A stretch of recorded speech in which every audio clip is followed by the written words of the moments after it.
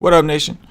Welcome to another edition of the WiseTake NBA DFS Wise Stream. CK013 here. You can find me on Twitter at CK_013, and I'm joined once again by the GOAT, the true OG of the WiseTake Nation. You know him as Paulie D. You can find him on Twitter at Paulie with 8 Ds. Paulie, we have another game two, day two of the game twos in the NBA playoffs. What's happening? What's happening, baby? What's Gooch? None much, man. Yesterday was the best playoff slate I had. I still didn't profit much, like if any. I think I made like maybe $10, so it was still the strongest one. My concern is of the full disclosure of the four. This is the fourth day of the NBA playoffs. This one is the one that I feel the least confident in. I'm hoping. I felt that way yesterday, but after talking to you, getting through game by game with the nation and the chat and everything, I felt a lot more comfortable, and it ended up being the best shot that we had. But this one's a little tough, so I'm definitely trying to talk about these games with you thoroughly, get some feedback from the nation, and I'm gonna build my teams while we're on the show because I just didn't know what to fucking decide. Yep, I'm with you. It's we only got 4 games to deal with. They're the exact same players against the same teams, the same slate, and the pricing is difficult, right? They're not making it easy like day one to get the guys we needed. We've seen how these teams are going to play, and although teams will make some adjustments, it's not that many. So it's going to be very, very narrow margins to win today. I was grateful as shit, even though he started off horrible, that Whiteside was like 1% last slate. I thought he would be much higher today because he came through. Projections are lower on him, but he's just one example. There's many players on this slate similar that I thought were sneaky 2 days ago that probably aren't today, and then guys whose prices were low, like Chris Paul was like 7-4 the first day. Like now he's up around 8. It's a lot harder. It's a lot tighter. Everything's tighter. Quite like Toiga. Toy like a Toiga. And like you said, last time we had like freebies. We had like Goran Dragic at 4-4. So it was easy to just say, let's get 2 of these studs and rock with it. This time it's a little different. The pricing's a little bit tougher. There's still some value. You're just gonna have to take shots like Duncan Robinson at 3.9 is not the same thing as Goran Dragic at 4.4. It's just not the same. It's not the same thing. You know what I mean? It's just so. We'll get into it. We'll do what we do. Go game by game. We are still waiting some news on Aaron Gordon. We did just hear for the Pacers that Oladipo is available to play after only playing 9 minutes in the first game because he hurt his eye. You gotta be careful with them dick to the eyes, man. You gotta be careful. You don't know how long you're gonna be on the shelf, man. That's what I'm saying. People they swing that thing around, like be all reckless with it. You never know who it's gonna poke. With that said, we're going to get started with the first game, which is the Miami Heat and the Indiana Pacers. We have a 217 total, up 2 points from 215. Could be because of the Oladipo news, but probably not. Heat opened up -5, down to -4 at this point. We'll start with the Miami Heat side, Paulie. We talked about Dragic. He came through as mega chalk, but it was a chalk you had to have. Who do you like today? A lot of the same. I like Dragic, even at 5'9". The guy took almost 20 shots, had a 30% usage. I think that's going to continue. Although he's got a good defender, Malcolm Brogdon on him, he's a vet. He's, he's one of the leaders of this team, him and Jimmy Butler. And, guys like Bam and Jay Crowder, Kelly O, then they're not going to take a ton of shots offensively. Those going to come from Jimmy and Goran and the 2 wing guards, Tyler Hero, Duncan Robinson. Jimmy, they priced up now. He's almost 8K. He's a fine play, but I'm not too into this game. I'll have a couple plays here and there, a couple game stacks just in case it goes to OT. But, I do like Goran Dragic. He's a guy I'd have like 40% of. I plan to, kind of mix and match Hero, Crowder, Robinson. And do you know if Jay Crowder's been officially ruled in? You're muted.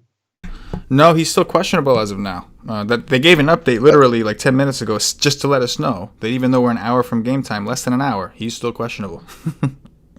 Okay. Interesting. So if he were to get ruled out, then Andre Iguodala would enter my player pool. But as it stands now, it's Hero, Duncan Robinson, and Jay Crowder that I'm going to have like between say 15 and 30% up. I think one of these guys pops today. I'm leaning Duncan Robinson. He's the best shooter of the group and very streaky. Like he only took like 8 threes, I think, the first game and hit 2 of them, and I think, they were like, all right, he's off. He didn't play the fine, he didn't close with like he normally does. And usually plays more minutes, so I think if he comes out and hits a couple early, he will play more. And he's the guy that I think has the most ceiling on his price. Tyler Hero is the best out of the group, but he's 5'2". Duncan Robinson's 39. That 1,200, the 1,300 is going to mean something today. And Crowder's price, if he's all right and going to play his usual, 34 to 38 minutes. He only played 25 in game 1. I think, the ankle sprain kind of, affected his minutes.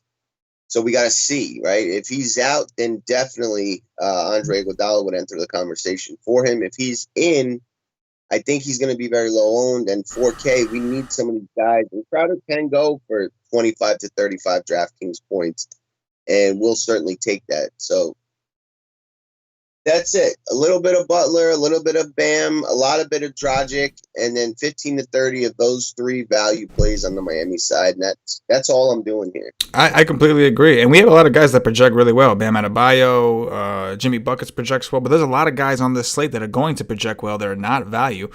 I'm with you. I'm more interested in some of these value pieces. I'm hoping that I'm kind of, at this point, if Crowder's in, then yeah, okay, that's some value we can consider. He's 4K, but I'm kind of hoping he's out, so that we can look harder at Tyler Hero, more so Duncan Robinson at 3,900, Andre Iguodala at 3,400.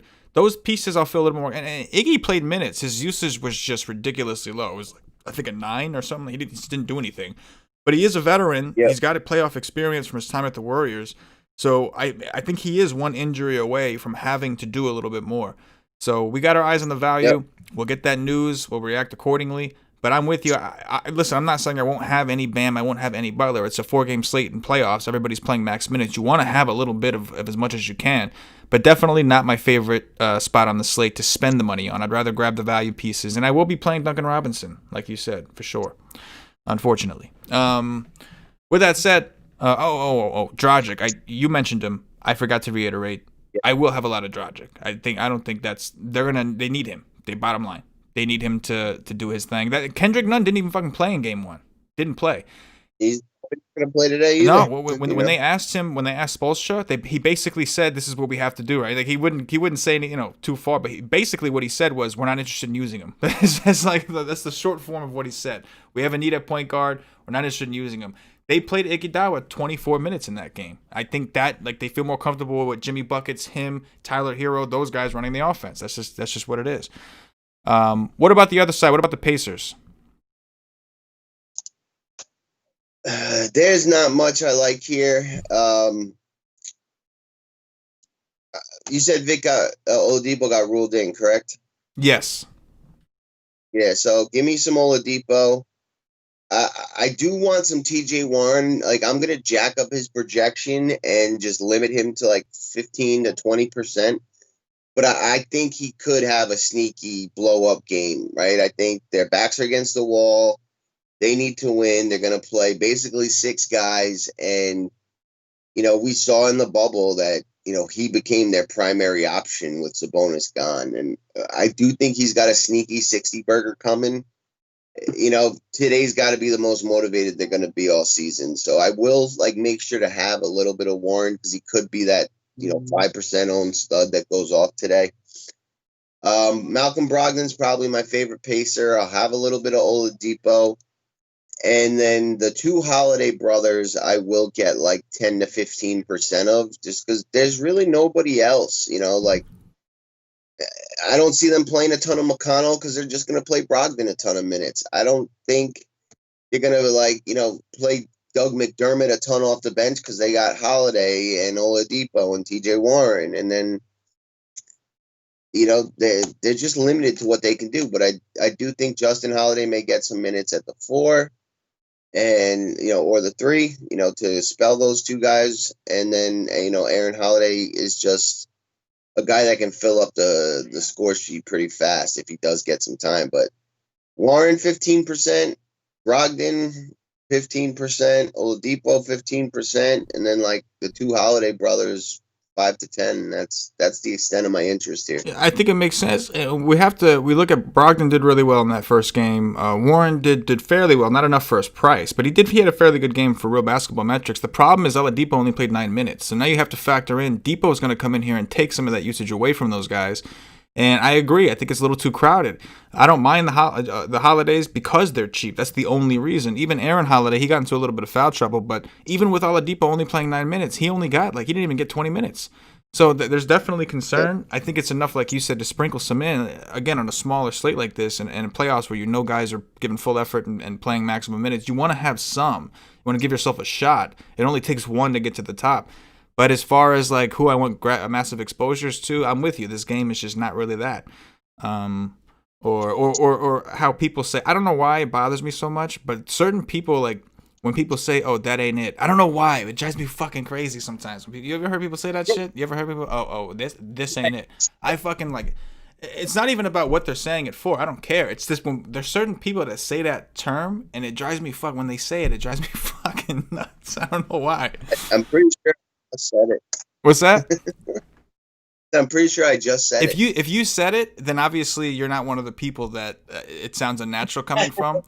But there are certain people, because I didn't even notice you said it. There are certain people that when they say it, I immediately look up and I'm just like, what did you just say? I don't know. And it's like, it's not, listen, everything should be equal. If you could say it, so can douchey Medushigans. But for some reason, when douchey Medushigans say it, I get annoyed. I look at them like, what the fuck did you just say? I don't know why. I don't know, man. I know what it is, bro. I'm stuck to my lingo that I grew up with. Like the dog and the, you know what I'm saying? Like I'm a homie and all that shit. I'm used to that. So I'm just not with the change, I guess. I got to get with the program and adapt. But it really ain't it though. Like, just saying. All right, next up, we're going to, and again, not everybody. I'm not saying like not everybody that says it pisses me off. Like you said it, I didn't even notice it. There is just certain people that say it and it sounds so wrong when they say it. And I'm just like, don't. It's just like. But you passed the test, Paulie. It was fine. I didn't even notice. Next up, Oklahoma City Thunder, Houston Rockets, 225.5 total, down from 227.5. Rockets opened up -2. They are still at -2. We'll talk about the Rockets after the Thunder. Harden, a little bit of disappointment last time out as chalk. The Thunder had a bunch of guys. We talked about playing 3, 4, 5 guys from a team and it had been working in the playoffs. The Thunder were that team last time, but you had to pick the right ones because Shai Gilgeous-Alexander and Schroeder did nothing. Paulie D, talk to me about the Thunder. Yeah, I do really like Chris Paul, back against the wall, against his former team. No Westbrook there. Like, him versus Harden, stud on stud. I like him a lot. I think he's going to be kind of low owned, similar to like TJ Warren, because we've got a plethora of studs on this slate that guys are just going to gravitate to, and you're not going to be able to fit these kind of guys. So I do really like Chris Paul. I'm going to force about 15 or 20% of him in. And then it's they're only really playing 5 guys. It's Adams, Schroeder, Gallo, Gilgeous, and Chris Paul. Like, Darius Bazley got 17 minutes off the bench at 4,500. I don't think he's going to play enough meaningful minutes to really do anything. I'm keeping Bazley in my player pool, like you said, just in case it just takes one, all that good shit. But I do like Schroeder at his price, the minutes he played. I'm sure he's going to have like one of those ceiling kind of scoring games. The pace that the Rockets play at is conducive to ceiling type games. My favorite game stack of the slate is this game too, just to put that out there. And I like the way Gallo played, aggressive, lots of minutes. I think Shai Gilgeous is too cheap, could easily bounce back. There's a good rebounding spot for him. So that's it. It's, those 1, 2, 3, 4, 5, the 5 starters are, I don't even know if I don't think Schroeder's going to start, but the 5 main guys, Paul, SGA, Gallo, Adams, Schroeder, and a little bit of Bazley. And most of it will be in game stacks. But Schroeder and SGA and Chris Paul are the 3 that I like the most to just, one guy in the lineup, to mix and match with all my teams. Yeah, I agree. I mean, Chris Paul, we know there's a little bit extra narrative there too. He was with the Rockets, didn't really work out with James Harden, and not just that, but we know Chris Paul is conservative during the regular season so that he can play in the playoffs. So he makes sense from this game. He's harder to get away from. Gallo's got a history of doing dirties to Houston, and a lot of it is because Gallo is actually a big motherfucker. So it's like he can play. If you notice, Nerlens Noel did not play much. And if you also notice, we talked about Gallo playing the five, and he did play the five for a good chunk of that game. Adams only got like 27 minutes, 28 minutes, did well, but didn't play the full game. Gallo played a lot of minutes, and a lot of that was because they matched him up against PJ Tucker, who's significantly smaller than him, and he was able to just do dirt. And I don't see why they wouldn't do the same kind of thing today. So as far as game stack goes, you can see the OKC team projects extremely well for us on both sites. We've got Chris Paul projecting for about 5.85. Gallo 5.74, Alexander 6.18, Adams 6.08, Schroeder 6.28. So I'm with you, Paulie. I think this is definitely a candidate for one of those teams to go, stack away with. Not for correlation purposes, just because they're cheap and they're playing a team that's going to pace them up a little bit and doesn't really play defense much. So I'm with you on all those guys. I expect Schroeder at some point to kind of have one of those big ass games. Is it today? I don't know, but we expect him at some point to have those games. He is getting the minutes. Same thing with Shai Gilgeous-Alexander. At some point, Chris Paul is going to get into foul trouble. He's going to get a little injury. Something's going to happen, and one of those two guards are going to step up and have the game that we're expecting him to have. I will say this. Dort is officially questionable, so he was upgraded from out to questionable. We'll see if he actually gets ruled in. That could interfere a little bit because he's somebody that was playing well in the bubble when Schroeder took his little absence. So if Schroeder's shitting the bed or not playing well, I could see them not being afraid to work him in a little bit, at least for defensive purposes. But I'm with you, man. Like, this is a tight rotation. We didn't see Noel play a lot. We didn't see Terrence Ferguson play a lot. None of those guys. It was really just the main six guys, and I think that's exactly what we're going to see today. It's just a matter of which. I think 4 out of these 6 guys are going to do well. It's just a matter of picking which 4. And that's the part that's tricky. You don't want to pick the exact same ones that did well last time because it's just not likely that they're all 4 going to do the same again. But you do feel like some combination of this team is going to perform well because of their pricing on both sides.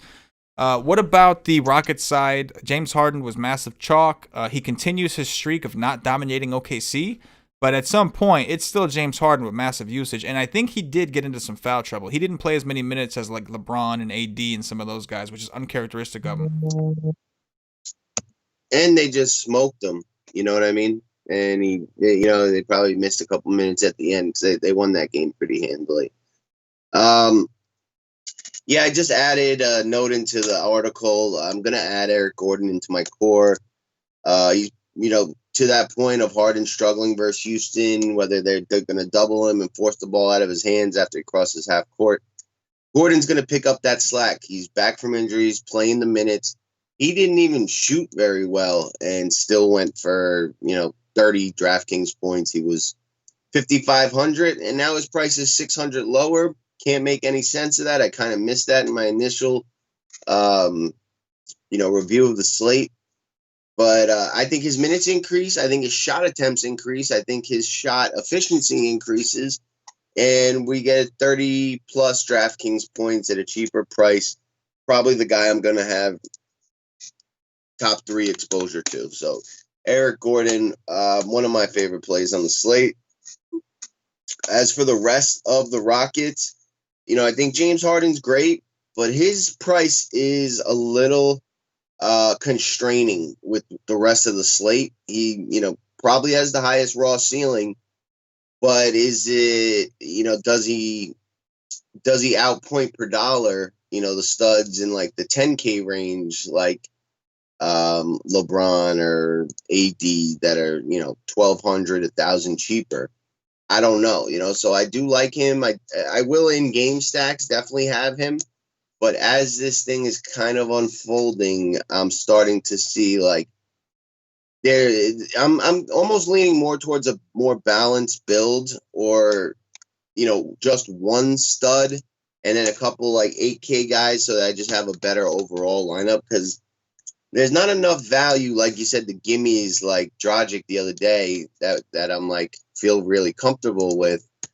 And I think if you force him and another stud in, you're just going to debilitate the rest of your lineup. So He's fine. He's great. I'll have some, especially in game stacks, because I do think this will be a very tightly contested game that could go to overtime. But in terms of non-game stack lineups, he probably will be pretty low on for me at this point.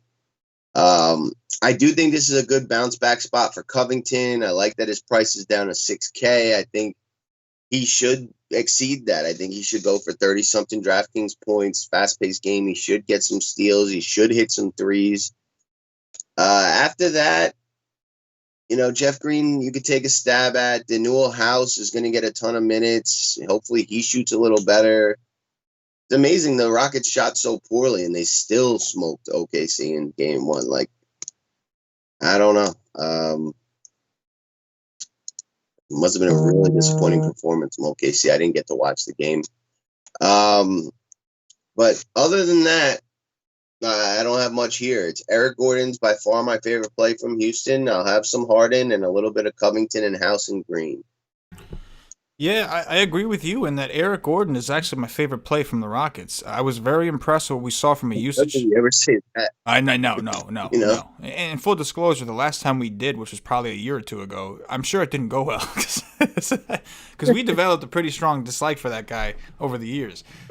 But yeah, I do agree, man. I think the pricing makes sense. The usage was extremely high on FanDuel.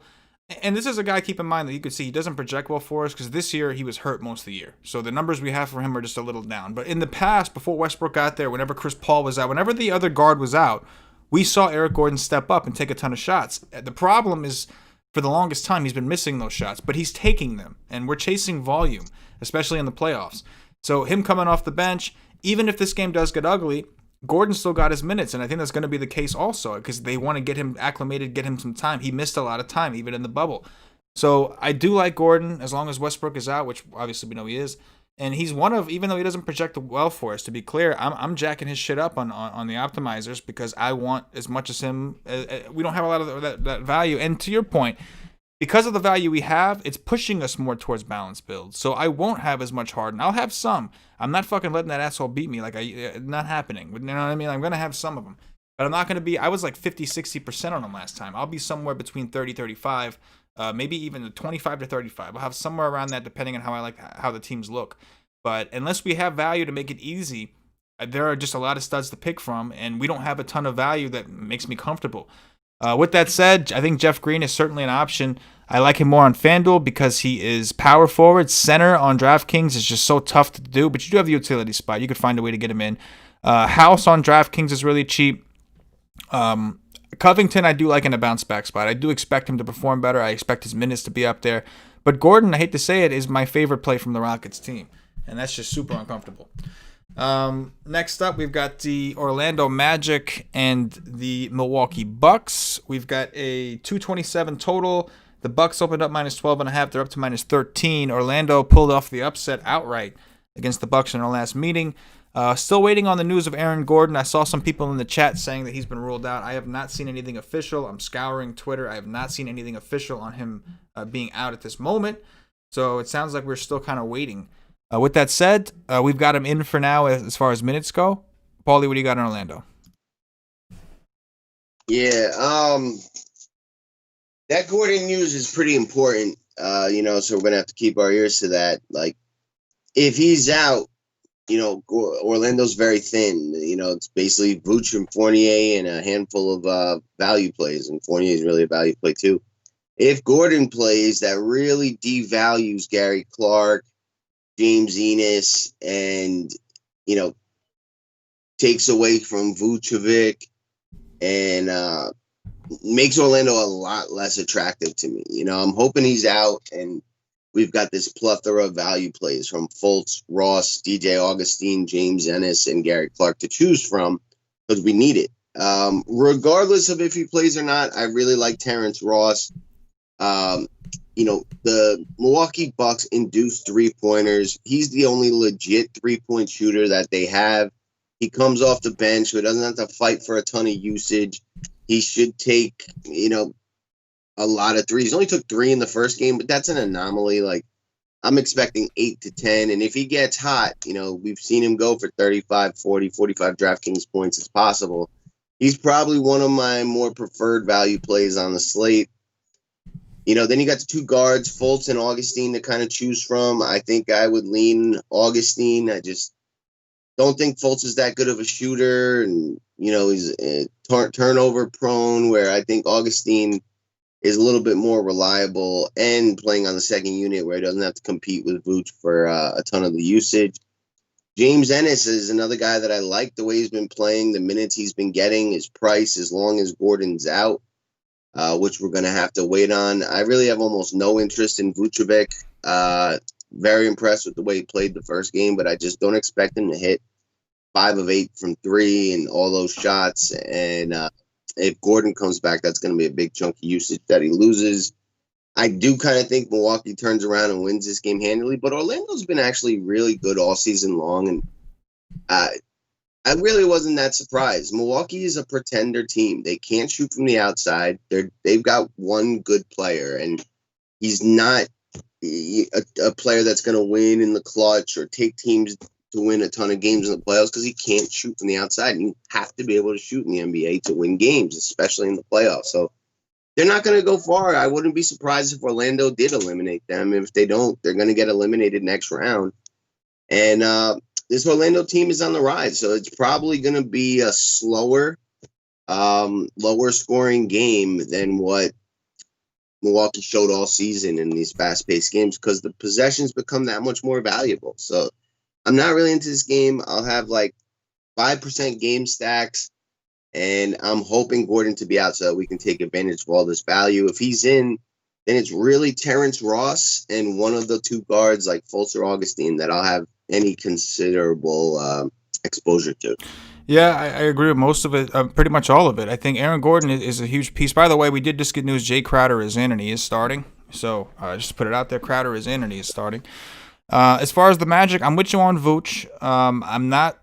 He was super efficient in the last game. Gordon being out is a big deal. If Gordon is back, that's going to hurt Vooch. But Vooch was just like playing out of his mind. And granted, that may happen. Maybe it happened again today. One thing about the bubble that everybody's been saying is with these courts, because there's black walls, they're saying that it's easier for shooters to shoot. The depth perception is easier to pick up. And you could see it. Like we have seen a lot of high scores, massive scores, and players shooting well. Vooch had one of those games, man. He just couldn't miss, and that's just super efficient. To rely on that again and again is tough. If Gordon is out, you have more merit, and I think on FanDuel at 8-3, there's some more upside left in there. But I'm more interested if Gordon is out, and Fournier, going back to a guy like Fournier, he screwed us pretty hard. I had a lot of him, and he fucking sucked.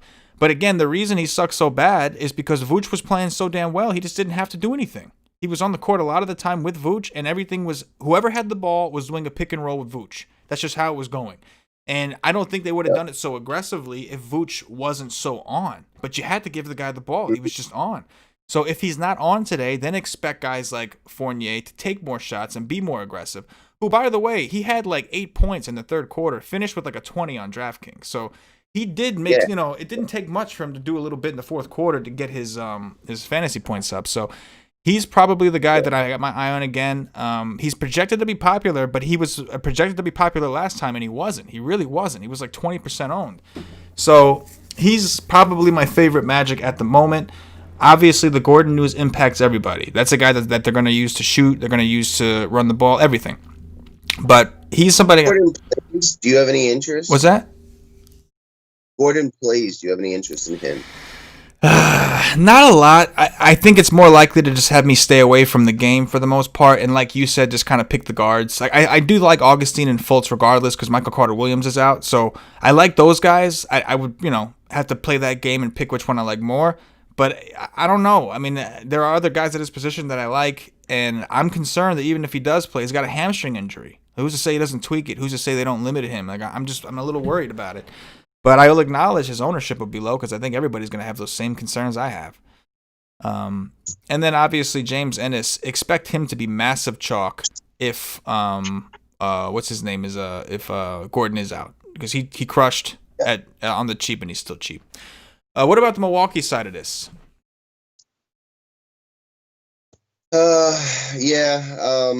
I do expect a bounce back game from Giannis. I think he's just kind of automatic for a 60. Either they blow them out and he does well, or they get beat up and he, plays all the way down to the final minute and gets his 60 that way. Does he go for 80 in any of those scenarios and you're desperate to have him?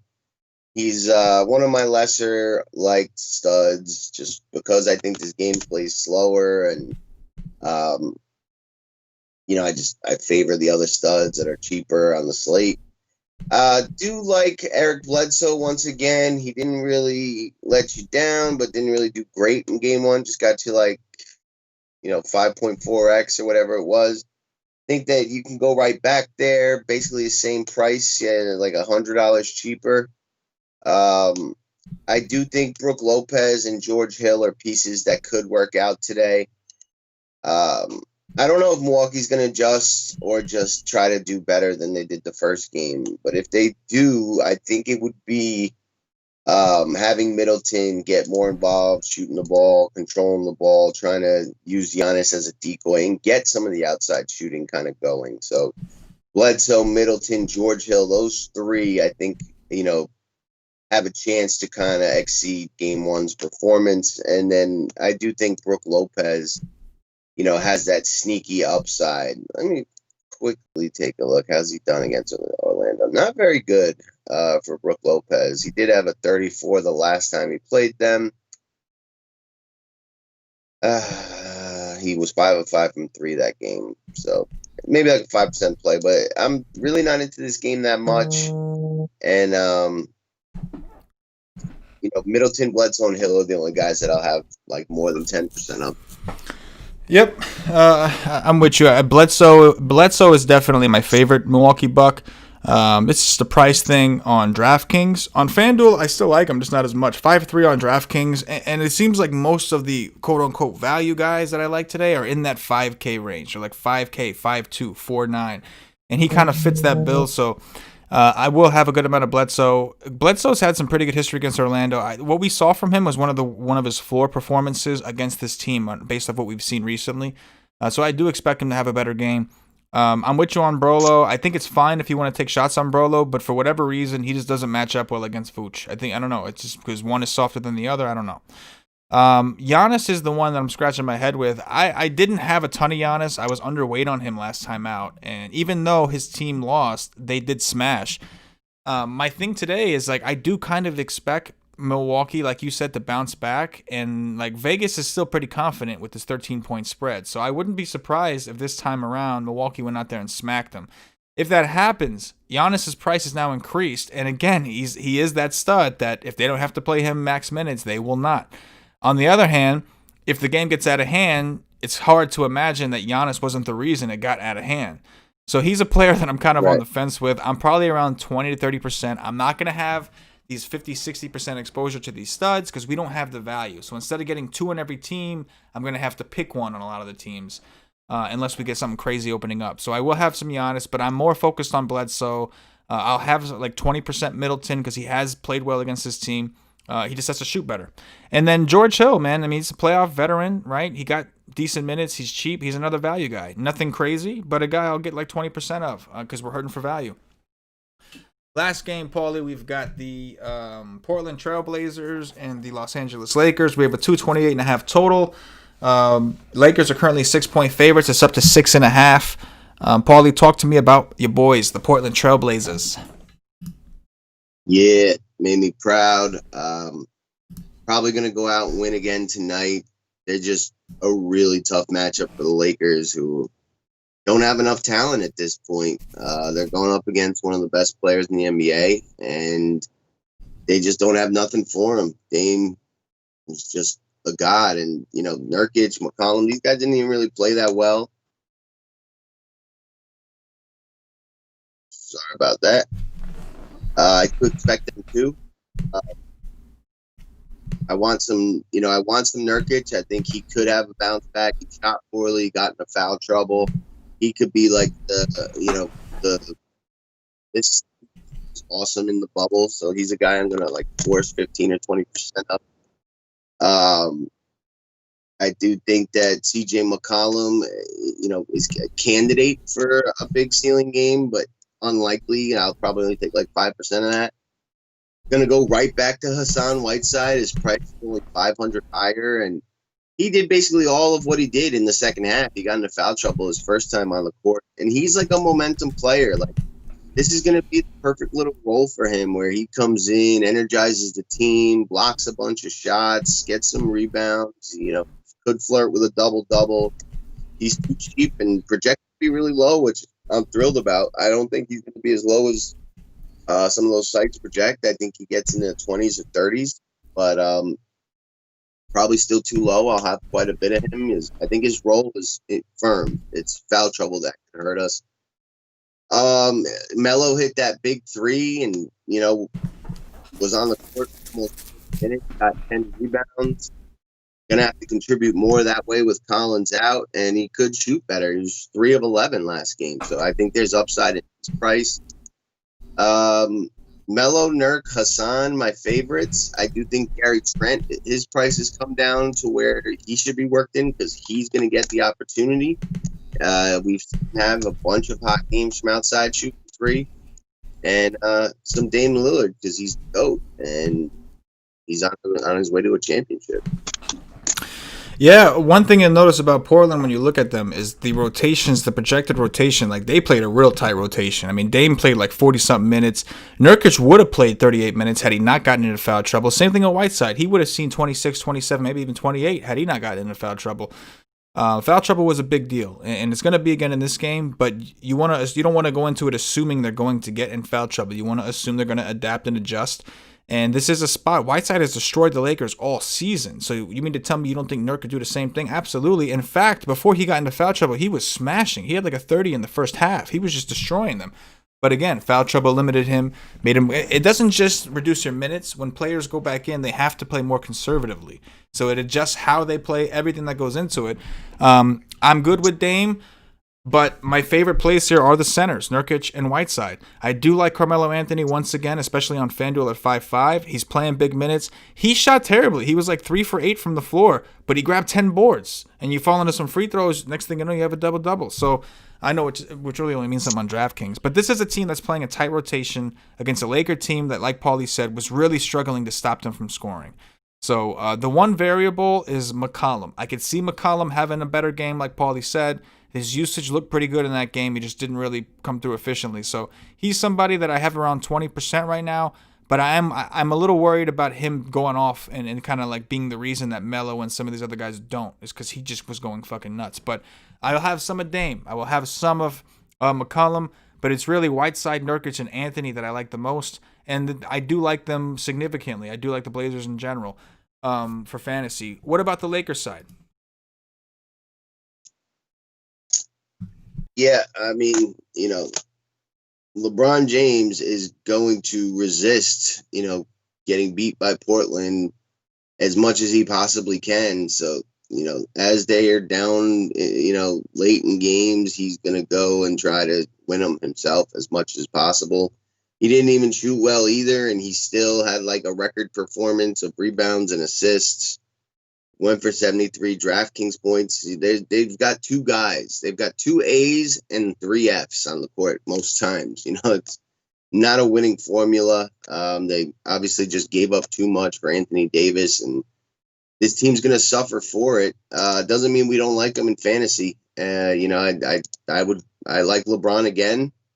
I like AD. They really like taxed that entire team trying to stop him. Kyle Kuzma's price is too high to really have any interest in. I do think Danny Green and KCP have bounce backs. They're interesting value plays that I do want to get some exposure to. And then the bigs, Dwight Howard, JaVale McGee, and even Markieff Morris got 19 minutes. Probably has a little bit of a role for himself off the bench that, will be kind of sneaky. So there's some guys that could help win tournaments on the Lakers, whether it's KCP, Danny Green, Dwight Howard, Markieff Morris, JaVale McGee, and possibly Rondo, who's min price, who may come back. I don't know how many minutes we could expect. That's going to be a late swap if, they announce him as, a starter or getting 15 plus minutes or something like that. That could be sneaky. I'm just going to assume We don't get that yet today, but the others I mentioned, McGee, Morris, Howard, Green, KCP, one of those 5 guys is going to be on the winning lineup tonight. I'm sure of it. They don't have anything else, and one of these guys will have to contribute if they're going to win a game in this series, which I don't know if they will. You there? Got it muted. My bad. I'm a little bit more optimistic in the Lakers' chances here. But I do think that, again, at least for fantasy purposes, forget about winning the game. In terms of fantasy, you got to like anybody that Portland's playing. Because Portland's MO all season has been they're not good enough defensively to stop other teams from winning. But they're not good enough defensively to blow teams out. Because as good as they're playing offensively, they've been terrible defensively. But they're strong enough offensively to keep up with any team. That's what makes their game so great for fantasy purposes. So LeBron, we know we saw playoff LeBron. Went for 70 DraftKings points like it was nothing. He had no choice. Anthony Davis put up 50 DraftKings points on a day where he didn't really play well. So you know what they're capable of. In terms of the studs, I'm going to like them. We know forwards do dirties against Portland. We know that LeBron is kind of a mismatch for them in general. He's too agile for the big guys. He's too big for the small guys. So I do like those 2 guys. The question mark is this where you get some of that value? Guys like Danny Green, KCP, guys that are on the court, and if they play efficiently, actually do have the upside. It's just that's a big if. If they don't play efficiently, they're going to do a whole lot of standing around in that court doing nothing. But I do like the game in general. It is still one of my, it's still probably my favorite game overall to spend money at. I don't mean favorite game to game stack necessarily. It's my favorite game to spend the money on. LeBron, AD, Dame, Nurkic. I want to spend money on these guys. This is what I'm looking to spend a lot of my salary. This is why I'm playing so many of those 5K guys for. All right, with that said, we're going to go ahead and get into some questions here. We got about 13 minutes to lock, so I'm going to make this brief because I got some teams I got to build up in here. Still a little disappointed we didn't get the news of Aaron Gordon, but I guess we will have to get that as it comes. Nothing we could do about it. So let's pop in here. And so Brian, my brother said no Lou makes Shea and Schroeder increase, but keep an eye. It's true, but keep an eye on the status of Dort. Dragic and Middleton or Bledsoe and Butler?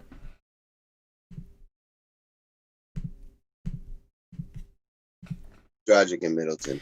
Yeah, I would say the same thing. It's good. That's close. That is really close. That's really close. That is really, really close. What else we got here? We've got Ross or Schroeder for FanDuel tournaments.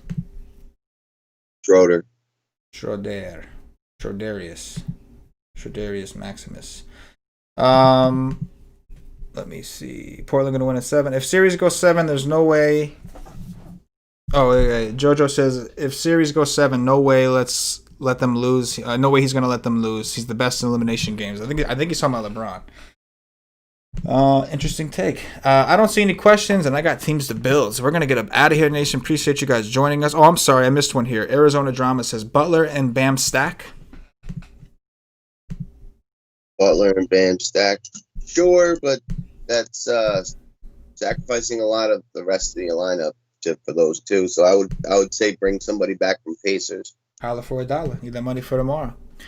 All right, Nation, hit the like button on your way out. Appreciate you guys rocking. We'll be back for MLB tonight at 6 p.m. Eastern, and we'll be back tomorrow with some more NBA playoff action. For Paulie D, for myself, the entire WiseTake Nation, as always, good luck.